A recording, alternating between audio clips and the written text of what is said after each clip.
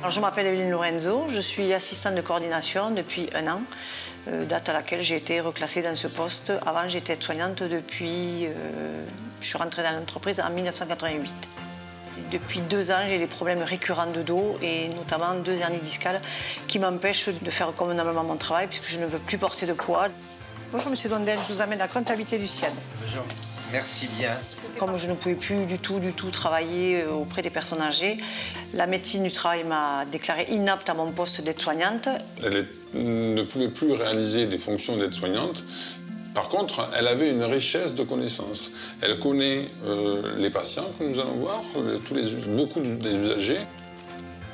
Une réflexion a été menée au sein de la direction du service pour maintenir Evelyne Lorenzo. Alors, ceci s'est fait avec l'aide de la GFIP et de la SAMET. Ça a nécessité une reconversion, donc une formation pour Evelyne et donc un nouveau poste, une réadaptation de fonction puisqu'elle était aide-soignante et qu'elle est devenue assistante de coordination. Salut Carole. Je t'amène le dossier de transmission à taper. Ok, merci. À tout à l'heure. Et en fait, c'est complètement différent. Être-soignante, c'est sur le terrain. Assistante de coordination, c'est plus dans le papier, dans l'administratif. Et au début, ce qui me manquait le plus, c'était le contact avec la personne âgée. Et le fait d'accompagner mes collègues chez les patients, ça me permettait d'avoir de nouveau ce contact humain avec eux.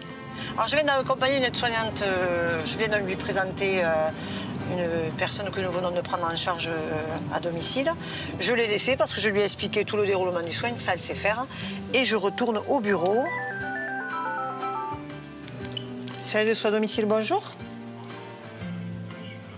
Ce qui m'a le plus perturbée, c'est de me sentir inutile et de penser que peut-être je ne pourrais plus jamais travailler. Et ça, pour moi, c'était difficile. Je ne pouvais pas concevoir ma vie sans travailler. Je ne pouvais pas imaginer que moi-même, je pouvais être un jour reconnue adulte handicapée. Oui, Carole, c'est pour te dire qu'il ne faut pas de passage ce matin. Au revoir. Et je crois que justement, en plus, le fait que je sois moi-même maintenant en souffrance par moment, peut-être que je les comprends mieux.